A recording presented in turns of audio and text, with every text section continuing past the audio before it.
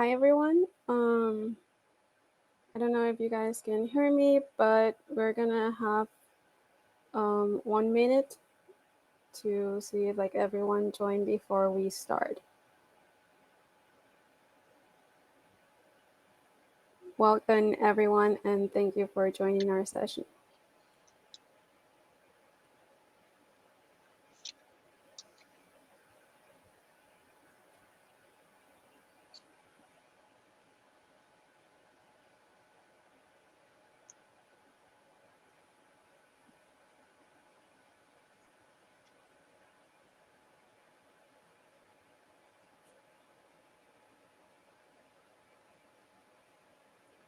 Um, we will be collecting questions to ask to the panelists. Make sure that you can either put your question in the chat or the Q&A, and yeah, we'll go from there.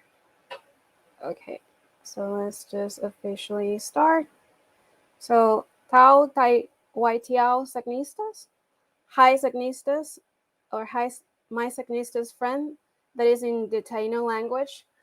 I'm here with you live from the land of the Nakoshtang and the Piscataway, and we are here to have an amazing group of students that are leading one of the chapters that were awarded today. My name is Tamar Gonzalez Morales. I'm currently one of the board of directors, and I'm also the incoming chair for the chapters committee. And to reiterate what was mentioned a little bit before, we will be asking some questions and make sure that you can also put your questions in the chat and the Q&A. And I will go ahead and introduce our panelists for this session.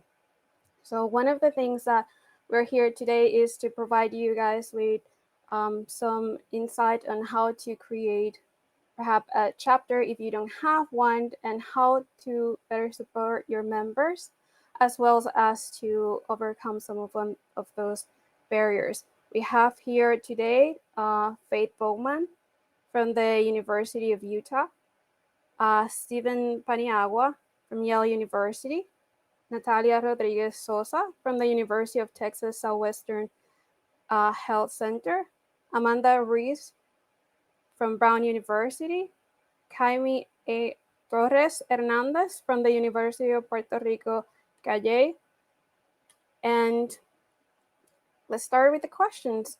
So I will start with Stephen. Can you please introduce yourself and how do you get involved with the chapter? Hello. Thank you for the introduction. So I'm Steven.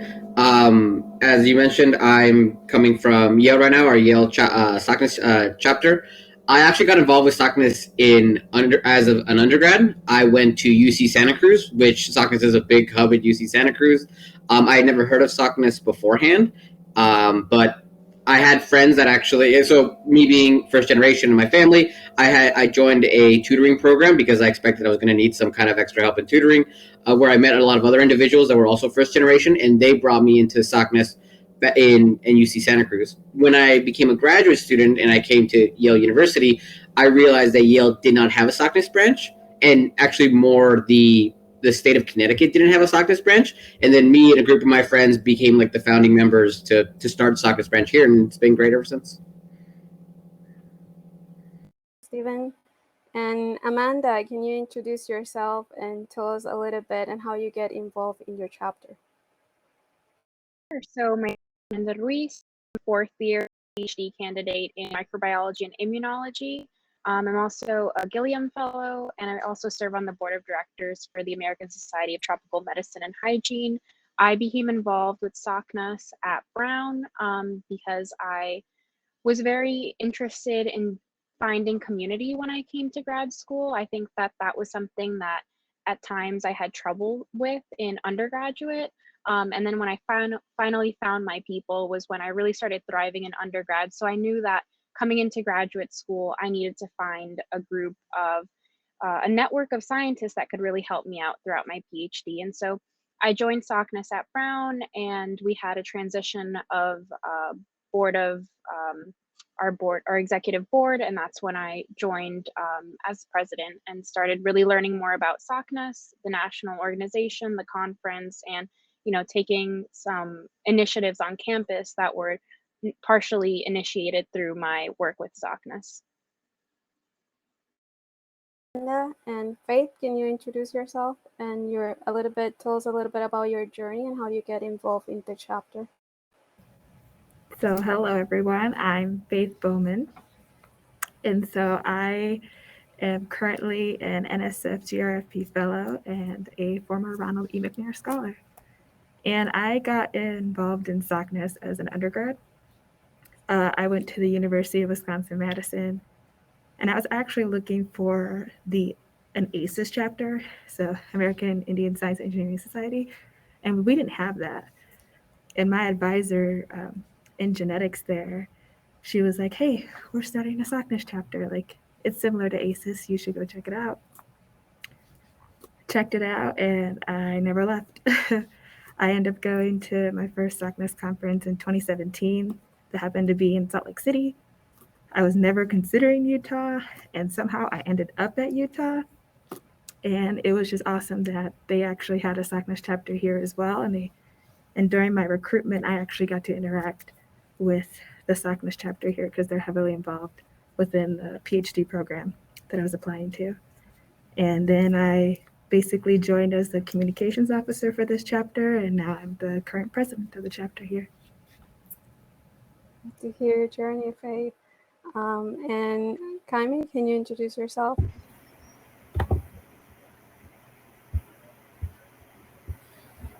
Thank you. We welcome you all and hope to answer all your questions. My name is Kaimi Torres Hernandez. I am an undergraduate senior biology major and neuroscience at the University of Puerto Rico, ICAE. I am also the introductory research program coordinator at the VA Caribbean Healthcare System.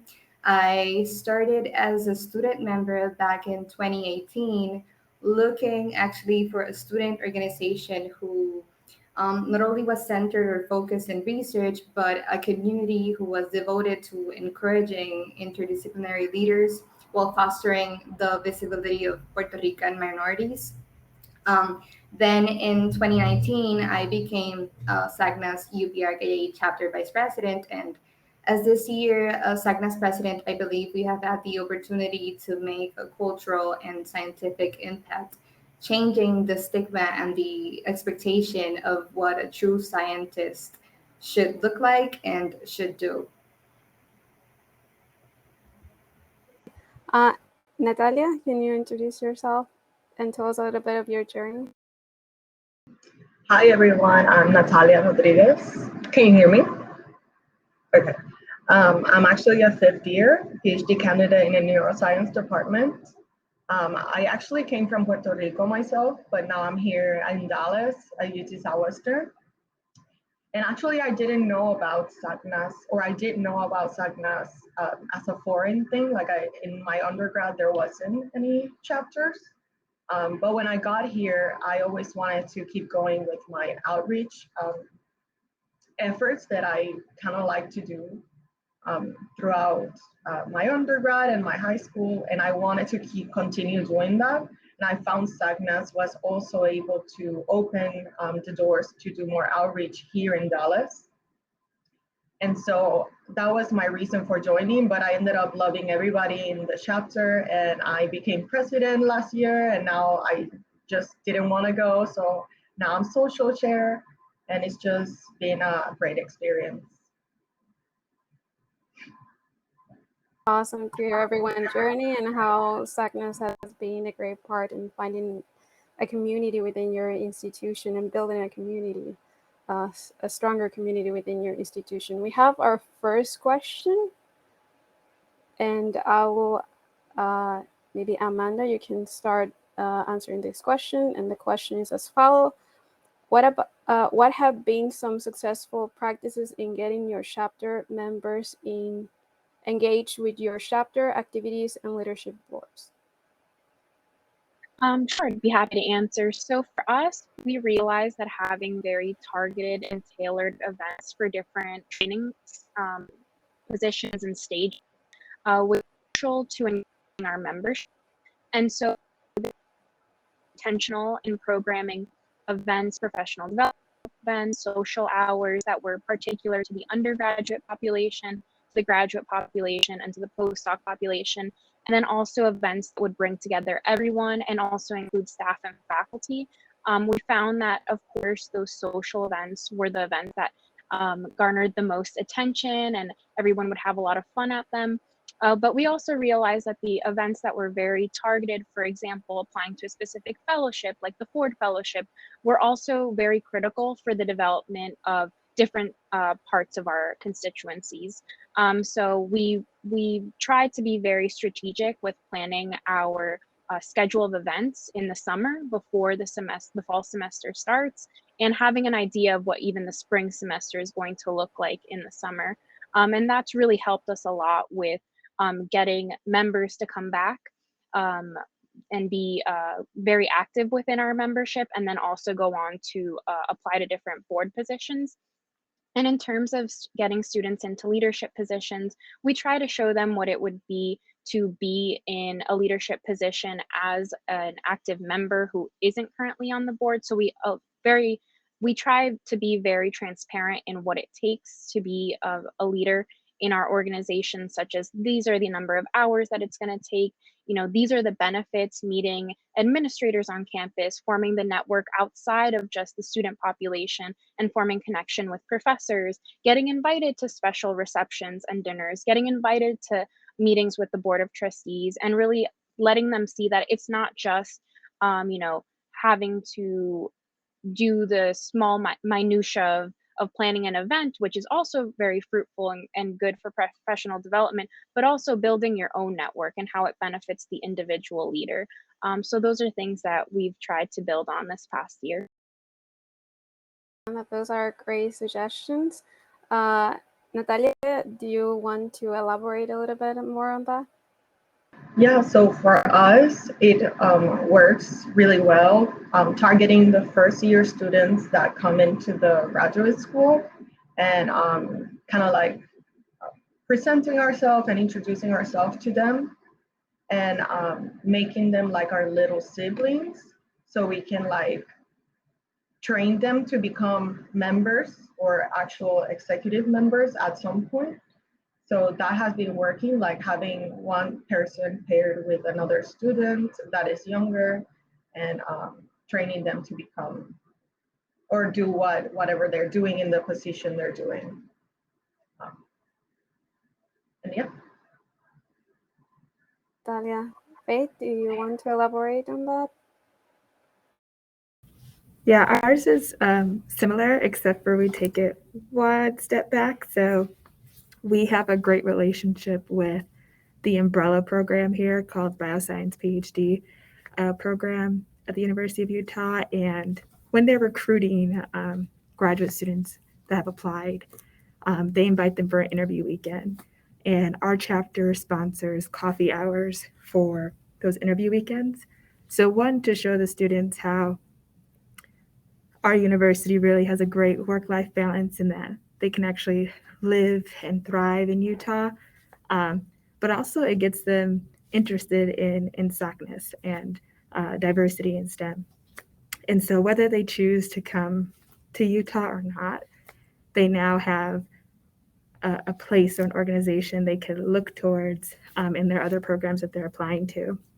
And what mostly happens is that when they join Utah, and for us, we know it's working because there's been a dramatic increase in diversity here on campus because of our involvement in recruitment weekends. But once they join here, they become more involved in SOCNAS because now they see a familiar face who they met at this coffee hour. And we're in all different departments, right? And so they have someone to connect with, to thrive with, and then we host a lot of professional development. At least when I was recruited here, there was a lot more professional development.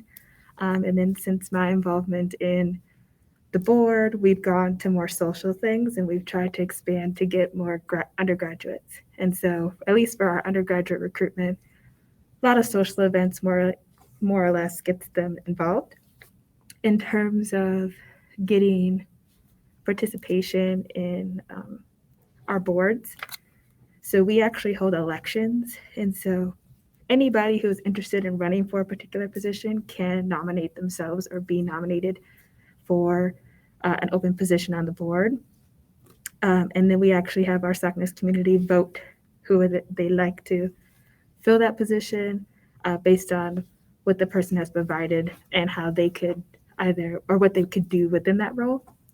And then most of the time, the candidates that we get is like personal connection. So like for me, when I joined as the communications officer, I knew the former communications officer, and they can literally give me the inside information and show me the benefits that they gained from being on the board, as well as just like the duties and the time that it would take.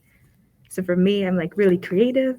I could totally see myself as a communications officer, and I was like, okay, this is an entry level for me. I would like to be deeply involved. And then from there, just kind of took off. And then for me as the current president, the previous president was like, hey, I think you'd be a great fit for once I leave to lead the organization. And the last thing that I'll just say is that whenever we do have elections, there is some stability here because we are graduate students, and that you commit to a 2-year term before re-election. So it's really for us to create stability, to create the relationship for the incoming graduate students who would like to be on the board, who could even serve as what we call lieutenants. So maybe you don't have an official position on the board, but you're still involved in everything that the board may do. So that could be planning or hosting speakers, something like that. Yeah, Faith, that's a great idea to maintaining sustainability of your chapter. And Kimi, can you give us some of the examples that you have as a practice to get engaged? Yeah, so I think I mentioned this before, but our chapter is the only interdisciplinary organization in our campus.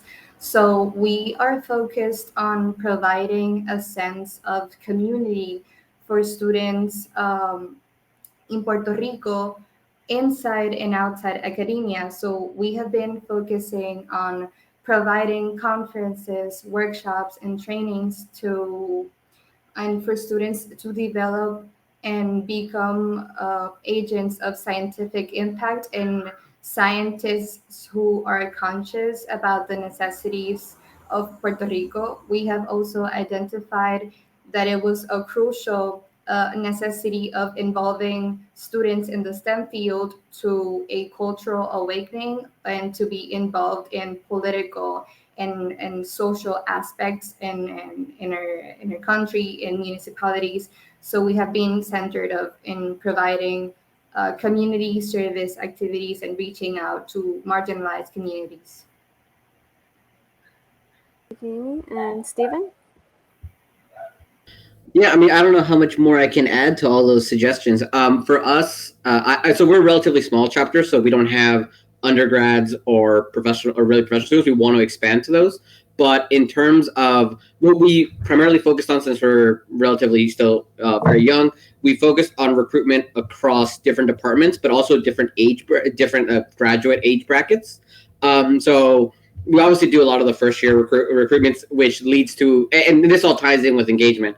The normal, like, everyone comes in and just welcome and everything. But then we create recruitment events periodically for also different age brackets, and that has our internal members have a sense of engagement because they feel, oh, SACNAS is going to be with me for multiple years, and I want to be involved in this community that I know I can always come back to, regardless of the year that I am. So, for example, while we do the welcome first years in, we want to do also, we want a event for second years, to be able to pick a lab. We want an event for third years of picking qualifying committees, an event for late third years picking thesis committees.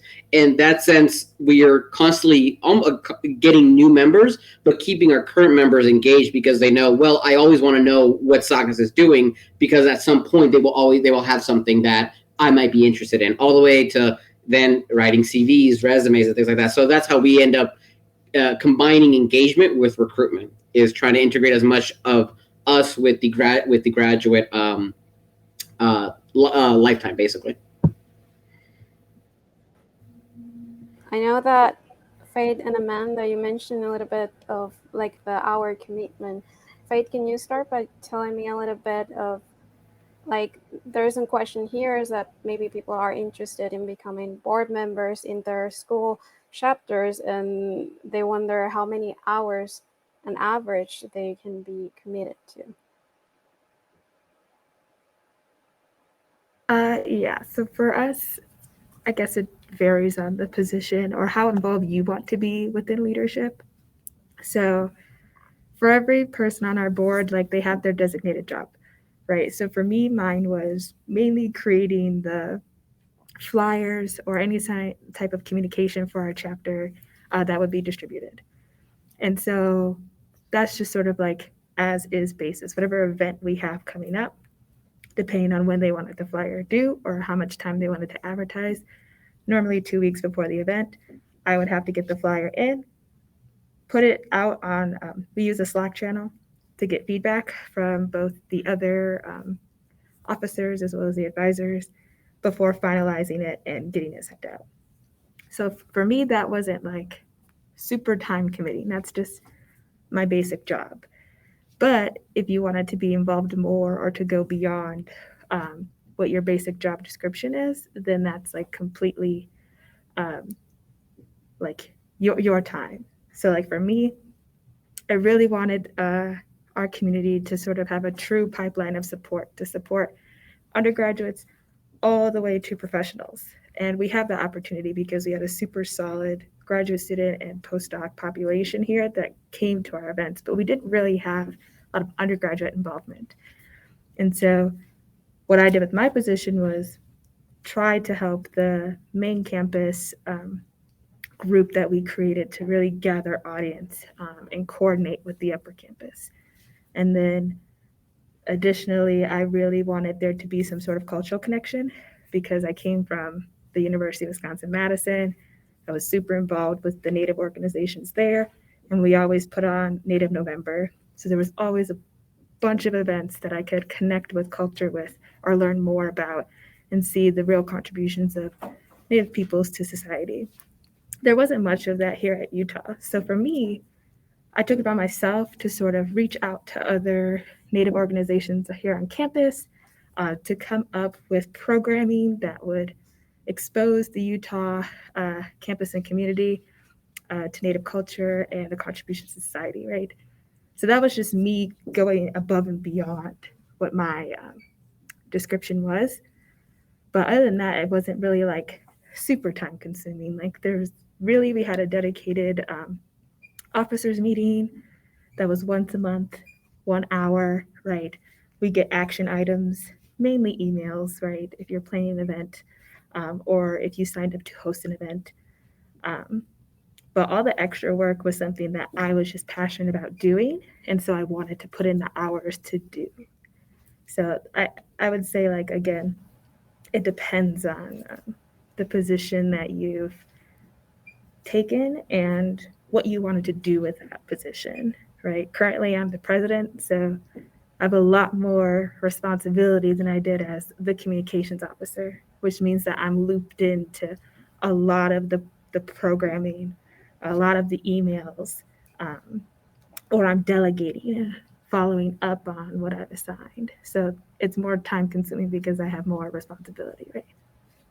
Thank you, Faith. And I will add, Matthew, that also some school, the way that they run the different groups, not only SACNAS, is a little bit different. So that also will help, will impact the time that you have, because some are restricted for you can just do events at this type of time, or you can just do fundraising just this month, one fundraising per month or something like that. So some schools have these type of restriction, so that will impact the different time, not only like what phase 8, but it also depends per school. And I'm gonna take another question, and this question is going to Stephen. Stephen, you mentioned that you were involved in the creation of the Yale chapter when there was not a chapter available. So the question is, what are some key things to focus when starting up a chapter from the beginning? Right. So I think the things that I think made us successful at the beginning is the most hectic, I always say, because it's the most volatile of what you wanted and what ends up being the actuality of the amount of work you need to do to maintain a chapter ends up really hitting your first year. And then that's where entering your second year, you get to question whether or not the level of commitment that you can have to said chapter.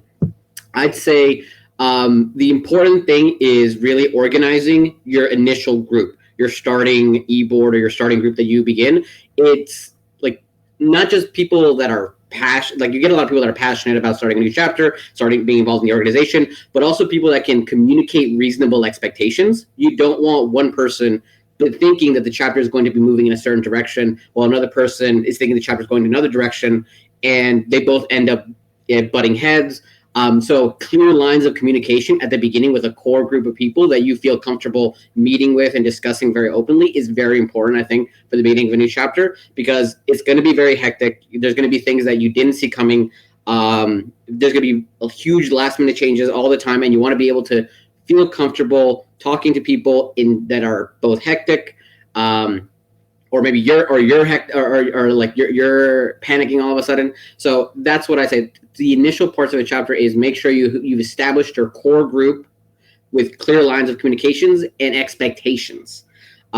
Keep in mind, like this goes a little bit back with the previous question about how many hours to dedicate. Remember also that especially at the beginning and probably overall, these aren't paid positions. So some people think I'm very committed to SOCNAS now, but then their second semester, all of a sudden they have projects, something comes up, and you need to be flexible, right?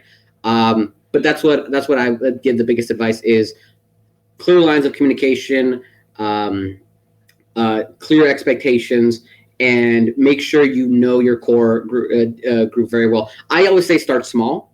I'm going to start SOCNAS for the departments that we're all a part of, and then start to expand. I think planning really far ahead at the beginning, like we're going to recruit so many undergrads, so many graduate students immediately. If it did work out, you'll overload yourself. And if it doesn't work out, you're going to feel like you failed. Start small, build up. If I can add to that, I think like it's really important to first get in contact with your student activities office and learn more about the formal, what the formal procedure is for setting up an organization. And then after that, very similar to what Stephen said, like setting up ways in which there's a record of everything that you're doing, because at the end of the day, you want to set up a legacy and you want to make sure that the chapters to come in 5-10 years know what you had done when you founded the group, and they don't have to reinvent the wheel every time, right? So setting up a Slack, setting up a Google Drive where all your board members are able to access different documents, setting up the bylaws, which is part of setting up a chapter through SOCNAS National, setting up a constitution, very clear descriptions of each position. And also I would say setting up an email specific to the chapter, because if you start becoming the point of contact for the chapter, but then you leave and you graduate, and then your email ends up being, the last way to communicate with the chapter. And so setting up an email through your institution is actually ideal, so that's a living way to communicate with the chapter for administrators, for departments, for professors, and for incoming students. Amanda, that's some great suggestions, not only to grow the chapter, but to allow that continuity of the chapter. And I will add a little point before I came in. I know you want to talk, but let me just add a little bit.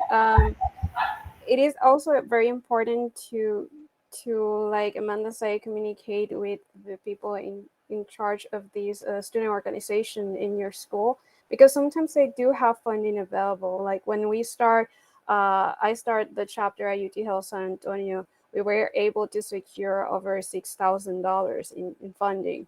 So there's sometimes money available, and even with the COVID-19, many schools receive funding that sometimes they're using for like a particular grant for students, but maybe they have, if those students are don't apply for it, or might be usable for organizations. So just have in mind that sometimes our funding available to start, and even if it doesn't, there is very important to you communicate with this organization, even with the dean if you're working of a grad school, or the dean for the undergraduate education, because sometimes even if those fundings are not available, they can support other things. Like for us, they support, maybe we're not available to give you easily $6,000 again, but we can support the food.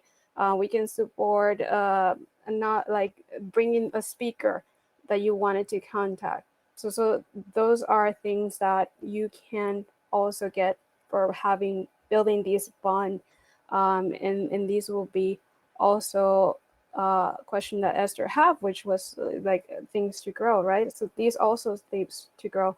And Kimi, you were trying to add some points, and go ahead. Yeah, Amanda and Stephen really pointed out great ideas. I just wanted to mention briefly that I highly recommend officers to gather and think about what they aspire their chapter to be, specifically the role the chapter is going to take in your campus, specifically, because the more organized the vision, the more attractive and captivating your approach and intention will be. Also, it is very important, I think Amanda mentioned it, to meet with mentors and advisors and tell them your idea and purpose of the SAGNAS chapter. I think they'll be able to provide a meaningful feedback on what are the strength areas to work with and other areas that should be improved. Maybe you can start with that. Thank you, Jamie. Natalia, there's another question here. With COVID, what have been successful changes in recruiting members for both students on campus and off campus? So now with COVID, unfortunately, everything had to be done virtually, but it wasn't so bad because we were able to implement this social. So basically every month we would have social meetings with every member, and they were usually in person. But what we did is instead of obviously virtually, instead of doing like just a social for eating, it was more like a cooking social. So everybody would get into Zoom and cook together, like desserts or things like that. And that really turned out to be really fun, and people really liked it. And we've been doing it now for like a few months. We also had a few days ago the Loteria night, where they played Loteria through Zoom as well. And even though it's not super interactive, it's interactive enough to feel like a family and to feel like fraternity is still happening. At the start, also, we send the first year students goodie bags with a message of our mission and who we are and how to contact us. So that also was helpful for us. But yeah, I think the cooking socials was a really great idea. And I think even now that we can start being more flexible, I think we're gonna keep doing them because people really like them. So it would be awesome if all the chapters join doing cooking social. Well, that goes to the next question, right? It's like, how do you use social media to best engage your chapter and campus interests? So that may be a way not only to engage with your local chapter, but engage to other chapters and build different events together, right? and it utilize these virtual thing not as maybe a negative things, but something to can be beneficial and a great tool to unite different chapters together. So I think, Kami, do you want to start? I try to see this COVID change to virtuality in the positive side.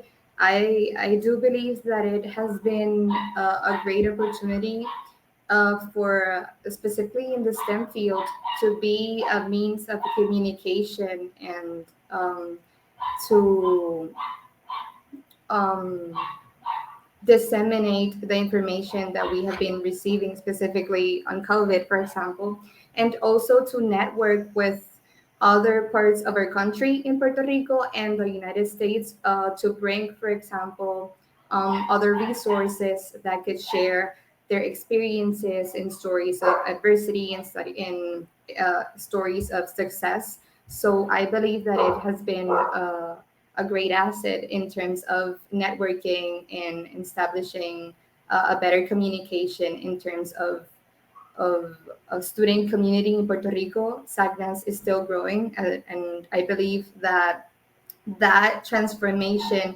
served Puerto Rico to create, for example, several chapters, local chapters. So we have been networking and designing activities for students in the STEM field and from social concentration. So I believe it has been a great opportunity.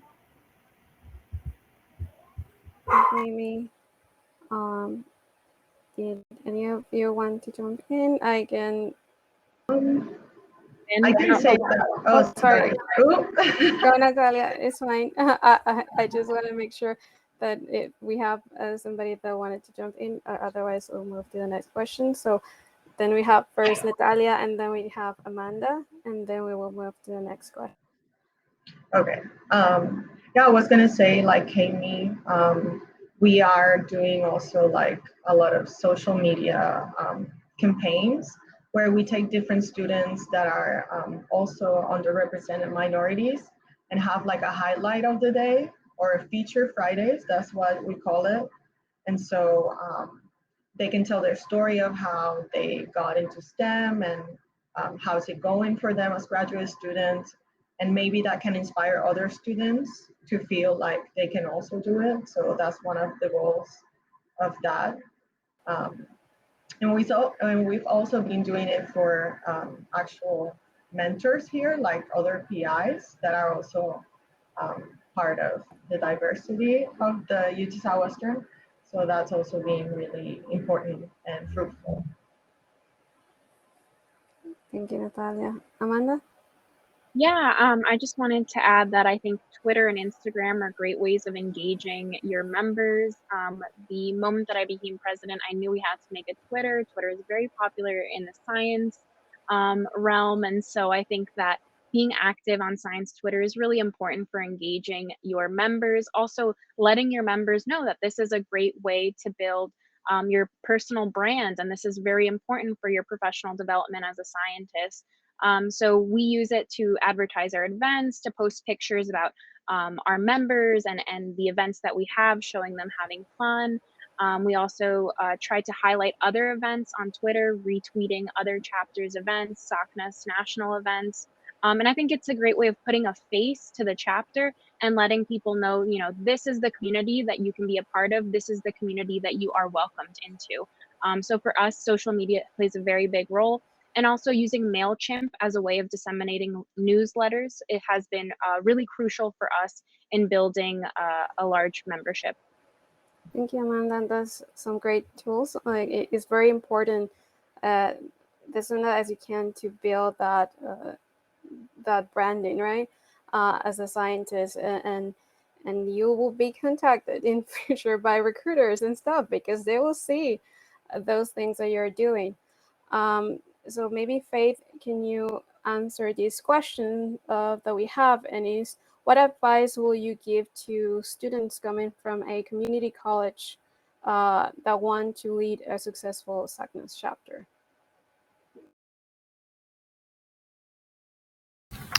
Hmm. Um, I feel like the main advice would be to like build connections, right? If you can get investment, at least I think this is one of the reasons why our chapter is so successful, is if you can get an investment from either an office or a department that can give you sort of that support, especially in the beginning, I think that could really help you be successful, and not only in your turnout and events, but also in your programming. Because I don't know who mentioned it before, but we talked about getting funding from your university, and that was like a big way in which the chapter here gets funded, right? So when Utah chapter began, we got investment from the biochemistry department here that helped one, give us money, two, gave us a really great advisor that could talk to administration on our behalf and get us more money to put on events, right? And it was just up to us to bring the programming on how we wanted it. But then from biochemistry, we got investment from the biosciences PhD program, which gave us that really good avenue to do recruitment, right? And grow the membership very well. So I would say like probably the biggest advice is really build those connections. And if you can, try to get investment from your university or a department that can give you that weight so you can either get more money or get a good way to recruit people and have create a sustainable chapter. Thank you, Faye. Does anybody have anything to add? Not to we'll go to the next question. So we talked a little bit of some part of the question. We talk a little bit of engaging, right? But can you guys elaborate of what type of strategies you're utilizing or events you're utilizing as recruitment tools? Faith, since I have you here, you can start with that. Yeah, ours was mainly these sponsored coffee hours / tours. That was one of the main ways in which we engage like future members in terms of recruitment. And we do that for not only biosciences, but also neurosciences here. The other thing is really our members or our SOCNUS Talk series, where people can really see themselves in the sciences by hearing the journeys of either graduate students or current professionals or PIs within their field. And it's not so much about their science, even though it's a little bit in there, or like their profession, but it really is how they got there and creating that personal opportunity for those that join to ask their questions, whether it's like, well, how did you leverage the skills to get into the position you want to? Or like, how did you overcome, I don't know, the disconnect between your culture and science, right? Just asking those questions and being able to see themselves within a field, within the science, and see themselves thriving or connecting with someone's backgrounds. I think really it's those two things that kind of keep us growing and keep our membership connected, is that we always get great turnout whenever we do a SOCNUS talk. And obviously the coffee hours is one way is that we can get personal with the incoming students or first year graduate students, because they literally can ask us anything. And we literally tell them like, what do you want to know? Like, we'll tell you anything about the university, any burning question that you have, like, we're going to be 100% with you. Like, there's no sugarcoating it. But there's a reason why we love it here. So it's all like just being real and authentic in any of the sort of recruitment programming that we do. Thank you, Faith. That's great. Stephen? Some of the best events that we had for recruitment and engagement that's more catered specifically was actually we did a qualifying perspective practice talks as well as readings. So at our university for our qualifying, for a certain department for a qualifying committee, people have to do presentations as well as submit their perspectives. And what we found was that there were pockets of students that they wanted some kind of support system, or not at a lab level, but just peer-to-peer support system to practice presentations or read and edit perspectives, but there wasn't something established. So what we would know is when there were certain departments up for qualifying committees, we would go and we would recruit and advertise that, hey, we can help set up basically peer-to-peer groups for practicing presentations, reading individuals' perspectives and stuff like that. And we help them and we help form the groups and everything. And it helps people come learn about us, get engaged, as well as helping them. So in their specific point in time. Additionally, we found that it goes back to something that I think Natalia said. We always did some kind of food or snacky thing based on what the individual time points were. So for example, we always do gingerbread houses or something around Christmas. And then we also do Rosca de Reyes. So we always try to every other month or every couple months have some kind of food related thing, because obviously people will always sign up to get food delivered or something. I remember during COVID, I was really wanting conchas to eat, and then I was like, well, I can't be the only one. So we sent out who would love conchas, and we wanted to do also hot chocolate, but that didn't work out because of COVID related restrictions. So we went and we bought conchas, individually packaged them, and then we deliver them to people's houses. Just something but so that's things on both ends of the spectrums, and it seems to really help with both recruitment, because we always get new people for both those events, and retention and engagement. Thank you, Stephen. Amanda? Yeah, I just wanted to point out that there are a lot of events that happen on campus that are scheduled by the university that allow you to showcase your chapter. And so, for example, there usually is an activities fair at the start of every school year for the undergraduates, sometimes for the graduate students, and even sometimes for the postdocs. And I think having a booth there, setting up a booth, printing out pamphlets of previous events that you've done, the mission of your organization. Sometimes departments will sponsor you for printing out a poster. So treat it like a scientific poster. What is the mission of your organization? What have you done? What are the results you've seen? Have the events that you've put on allowed students to go on and pursue research experiences or graduate with X number of accolades? So keeping a record and data of your chapter is really great to showcase at those events, such as activities fairs. Sometimes even prospective students, they come to campus and you're allowed to showcase the different organizations on campus. And this happens for both undergrads and graduate students. At Brown, we have something called Super Monday, where students that are admitted for the PhD programs and master's programs come to campus and they meet with current students. And I think that's a great opportunity for you to showcase your chapter and what you've done. So yeah, I think those are great recruitment events in addition to all the events that we put on, throughout the year. Amanda, Natalia, do you want to add something?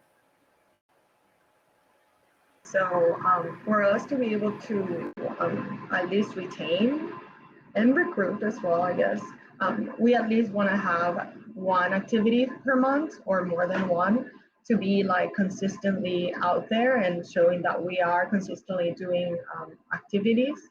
So the students kind of oh, SACNA's doing this month, oh, this other month.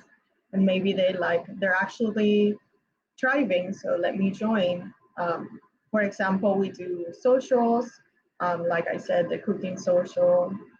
We do those feature Fridays, but we also have professional development workshops sometimes. We also have, before everything happened, we used to have Taco Tuesdays. We also have, every semester, we have a members meeting with all the current members and active members. So we get together and talk about what activities we've been doing that year and what other activities are coming up, so they know and they want to join. We also do a lot of outreach activities where we always invite every active member, so they feel like they are engaging with us in the different activities. And I guess making it more like a one-on-one, like a family type of thing always helps them as well. Like you said before, just letting them talk about anything or anything, being open, being friendly, that always helps. Kami? I believe this could be the case of other universities since it was our case. We were virtual for, I think, 1 year and a half. So social media was a great tool for recruitment. We especially used Instagram and Instagram TV. We created an activity that it's called Back to College, and we brought resources through Instagram Live to talk about different areas where students could improve mindfulness, imposter syndrome, chiropractic techniques, summer internships, and we save them in the Instagram TV for students who uh, watch later. And I think it's also a great tool to create a web page and put it in your bio. It has worked really well for us. We started creating like a digital brochure uh, and put it in the bio. We also do or plan ahead monthly activities so the students know what will be happening. And I think that is a great opportunity for students to know what the chapter will be doing. And if it's interesting for them, maybe you can gain students and members in your chapter that way. Thank you, Kami.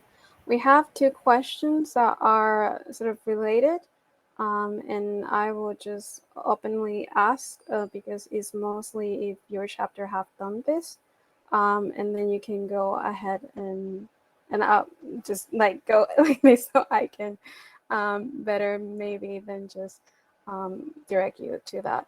So the question is, have your chapter ever hosted a research exhibition for undergrads and grad students, present posters or thoughts on their research at your university? And what advice will you give to a new chapter wanting to do something like this? Amanda? Stockness at Brown for the past couple of years has partnered with one of the departments on campus, the molecular biology, cell biology, and biochemistry department, to host a conference that brings early career scientists to Brown. During COVID, it was virtual, and it really showcases the work that they've done. This is also, in essence, a recruitment event for Brown to recruit graduate students, postdocs, and faculty members. And so what we do is we partner with the events management office on campus, and they help us organize a symposium. So essentially what this entails is putting out an ad that's saying that you're going to host a conference, having a very targeted mission. So for example, showcasing the work of outstanding scientists or building community in your university amongst the undergraduate population, whatever it is.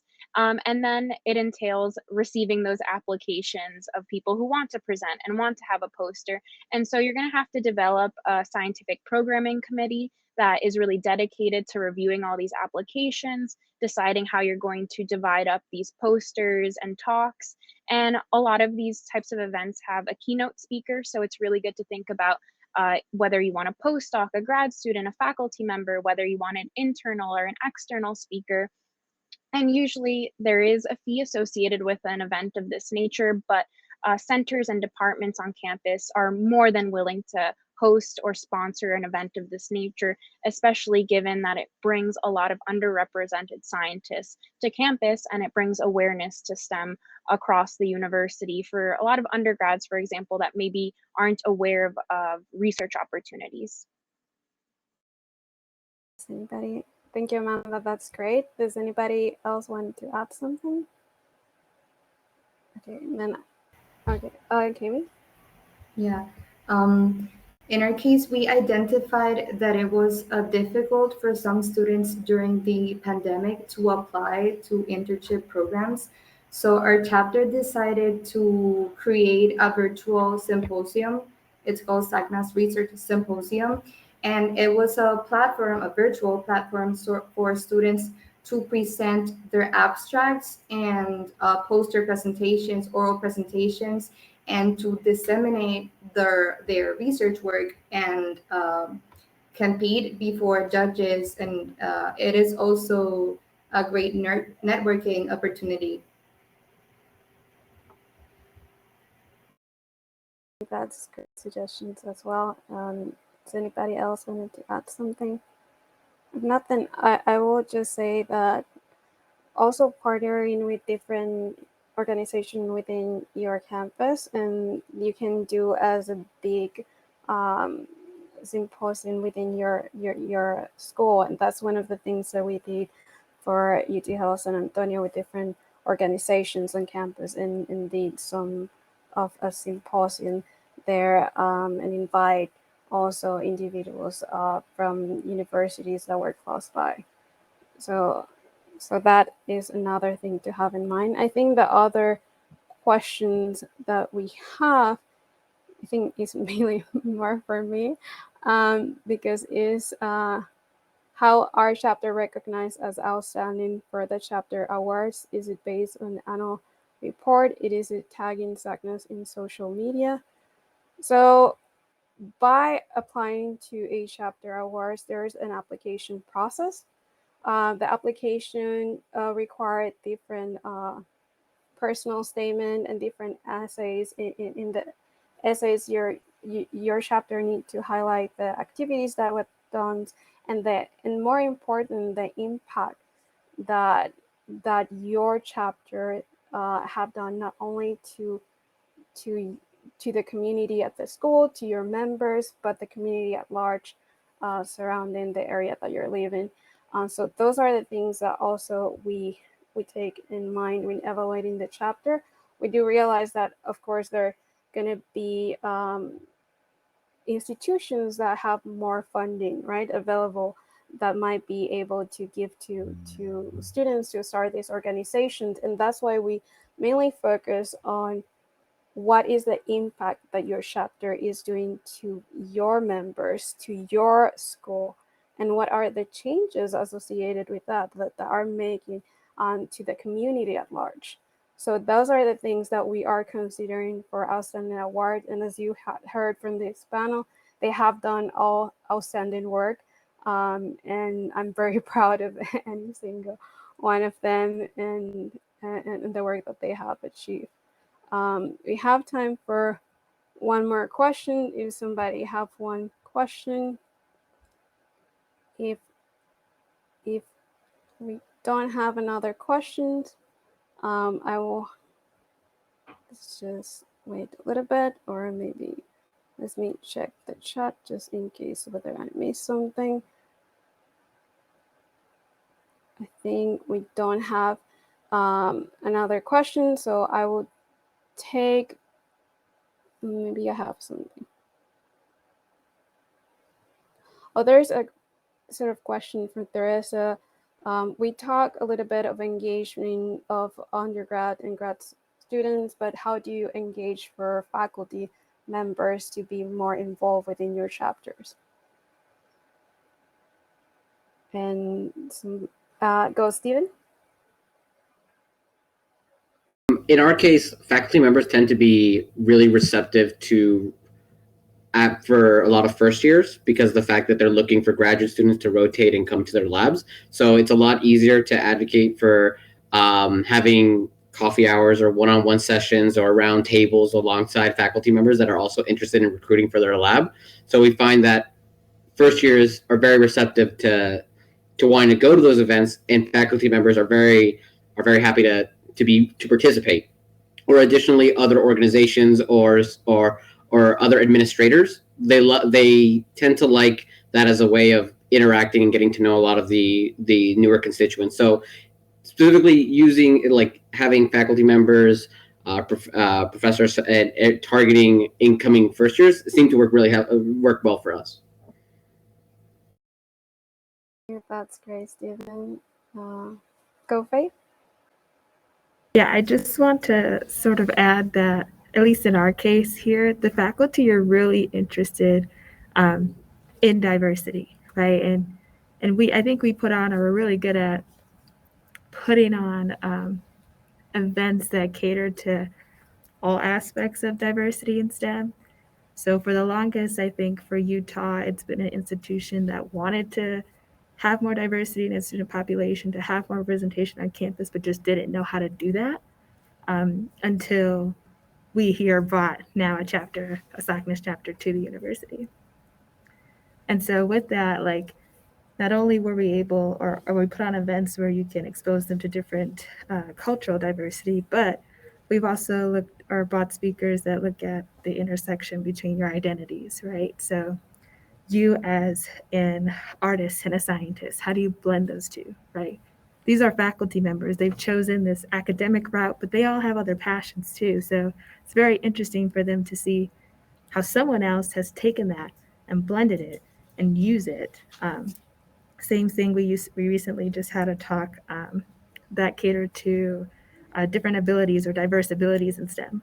How can labs be more inclusive to students that do have disabilities? How can they support those students in STEM, right?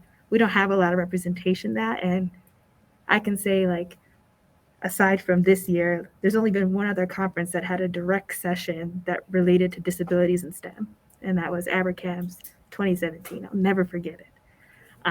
So having events like that, I think, keep faculty engaged because they want to know more. They want to be involved. They want to, bring their own contribution. They just don't know how, and they don't know how to even like ask, if that makes any sense. So when you bring that to your campus, or you see a need and you try to fulfill it, you get a lot of faculty interested who actually want to support your chapter and keep the conversation going. Thank you, Faith. That's great suggestions. Anybody else wanted to add? Yeah. Okay, I will just say quickly because we're running already over time. Like Faith said, they are receptive to help the chapter, and in my experience, we just point out what we need from them because, like Faith mentioned, sometimes they don't know how to help, and they do want to help, but it is important to say maybe we think our chapter could benefit, for instance, in our case list for science communication. Can you help us build that workshop on science communication? And they were able to sit down, take the time, and actually do table where we do like an actual workshop. They have to write down what they're gonna say, speak out in front, and they have like judges or thinking like that. So there's a way that they wanted to do, and we have like faculties that work with us with that.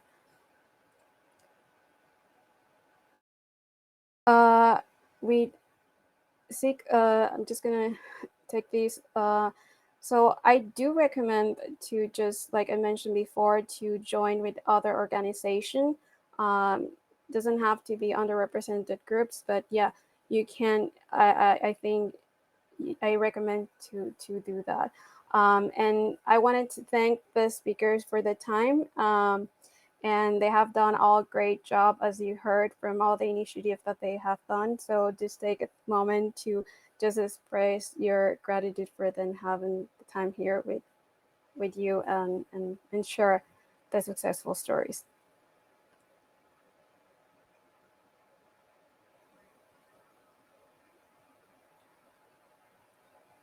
And thank you all for joining us today. For having us. Yeah. Thank you. Thank you.